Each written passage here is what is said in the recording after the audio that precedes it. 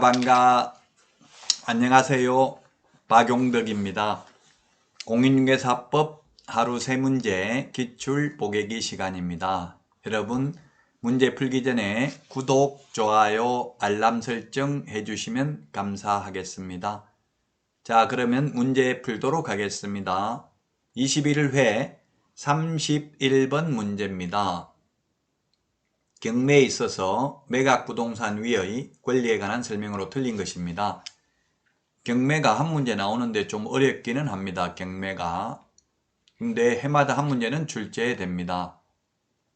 1번 담보 목적이 아닌 최선순위 소유권 이전 청구권 보전 가등기는 매각으로 소멸하지 않는다.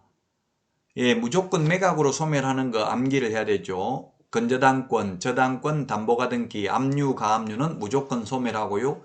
유치권, 분묘기지권, 법정지상권은 무조건 인수됩니다. 소멸 안 합니다.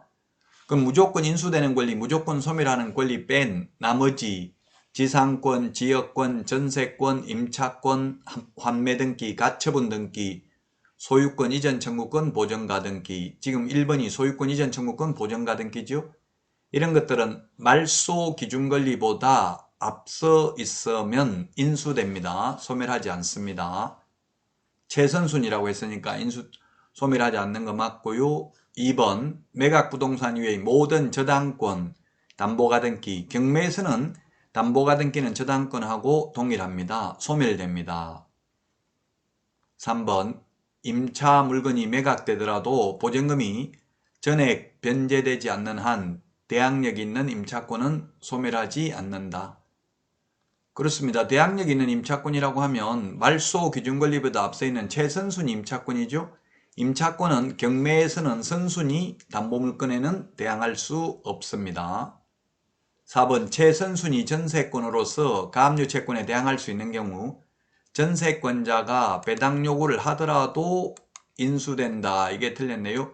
배당 요구하면 말소됩니다. 왜냐하면 최선순위면 무조건 배당을 다 받아가죠. 물건이니까. 만약 최선순위 전세권도 배당을 다 못 받는다면 당연히 후순위 권리자는 배당 못 받겠죠. 그러면 무잉여 경매, 남을 가망이 없는 경매이기 때문에 경매 절차를 취소해야 됩니다. 따라서 전세권의 경우 배당을 다 받기 때문에 말소됩니다. 배당 요구하면. 다만 임차권의 경우에는 최선순위인 경우 배당 요구를 해서 전액을 배당 다 못 받으면 다 받을 때까지 대항력을 주장할 수 있습니다. 전세권은 배당을 다 받기 때문에 말소됩니다.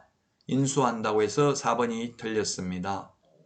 5번 압류 효력이 발생한 후에 경매 목적물의 점유를 취득한 유치권자는 매수인에게 대항할 수 없다. 그렇습니다. 압류 효력이 발생한 후에 압류 효력 경매 신청 기입 등기된 후에 점유한 자는 이 압류 효력이 발생한 후에 이게 중요하죠. 유치권도 압류 효력이 발생하기 전에 즉 경매 신청 기입 등기 전까지 점유는 하고 있어야 됩니다. 따라서 4번이 정답이 되겠습니다. 전세권이라 하더라도 최선순위 전세권이라 하더라도 배당 요구를 하면 말소된다. 배당 요구 안 하면 인수됩니다. 따라서 4번이 정답이고요. 다음은 32번 문제 보겠습니다. 틀린 것은 했는데 일반 중개계약서, 전속 중개계약서 서식은 모두 별지 서식으로 정해져 있다. 예, 법정 서식이 있습니다.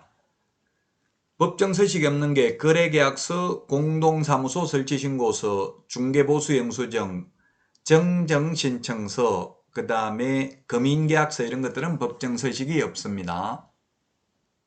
자, 그 다음에 2번 일반 중개계약이든 전속 중개계약이든 중개계약이 체결된 경우 모두 법정 서식을 사용해야 된다. 이게 틀렸네요. 모두, 즉 일반 중개계약서는 일반 중개계약의 경우 법정 서식을 사용할 의무 없습니다. 구두로 말로 계약을 해도 됩니다. 따라서 2번이 틀린 지문이 되겠습니다. 일반 중개계약은 구두로 말로 해도 된다. 그 다음에 3번 일반 중개계약서는 보존 의무가 없고 전속 중개계약서나 확인설명서는 3년 보존입니다.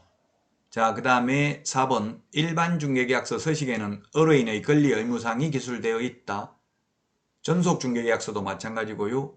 그 다음에 5번 일반 중개계약서와 전속 중개계약서 서식사항의 개업공개사의 손해배상 책임에 관한 기술 내용은 동일하다. 그렇습니다. 의뢰인에게 재산상 손해를 발생하게 한 경우 그 손해를 배상해야 된다. 이런 게 기재되어 있습니다. 따라서 2번이 정답이 되겠습니다. 일반 중개계약서도 법정서식은 있지만 법정서식을 사용할 의무는 없고요. 전속중개계약을 체결한 경우에는 반드시 전속중개계약서를 사용해야 되고 3년간 보존해야 되고 비공개 요청하지 않는 한 7일 이내 정보도 공개해야 되죠. 전속중개계약의 경우. 자, 다음은 33번 문제 보도록 하겠습니다. 틀린 것입니다. 1번 경자 유전의 원칙이 있기 때문에 농사 지을 사람이 아니면 농지를 소유할 수 없는 게 원칙입니다. 2번 공유농지 분할, 합병, 이런 거 상속 이런 경우는 농지취득자격증 받을 필요 없습니다. 경매도 농지취득자격증명 받아야 되죠. 자, 그 다음에 3번 지문입니다. 농지 소유자는 6개월 이상 국외 여행 중인 경우에 하나여 위탁 경영할 수 있다. 6개월이 X네요. 3개월이죠. 3개월. 6개월이라고 해서 X가 되겠습니다. 3개월입니다. 하나여 해서 X가 되겠죠. 3개월 이상 국외 여행 중인 경우 3개월 이상 병원에 입원 중인 경우는 위탁 경영 가능합니다. 자, 그래서 3번 지문이 정답이 되겠습니다. 틀린 것 3번이고요.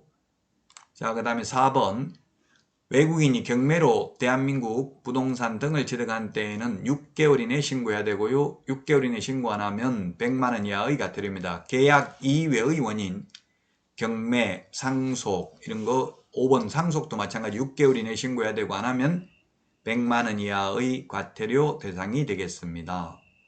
따라서 3번 지문이 정답이 되겠습니다. 농사는 3개월 이상 방치해버리면 엉망이 되죠. 잡초밖에 없죠. 그래서 3개월 이상 국외 여행 중이거나 3개월 이상 병원에 입원하는 경우에는 위탁 경영 가능할 수 있다는 것 기억하시기 바랍니다. 농지에 대해서는 농지법은 공법에서도 두 문제가 출제되기 때문에 반드시 숙지하셔야 되겠습니다. 여러분 도움되셨나요? 도움되셨다면 구독, 좋아요, 알람 설정 해주시면 감사하겠습니다.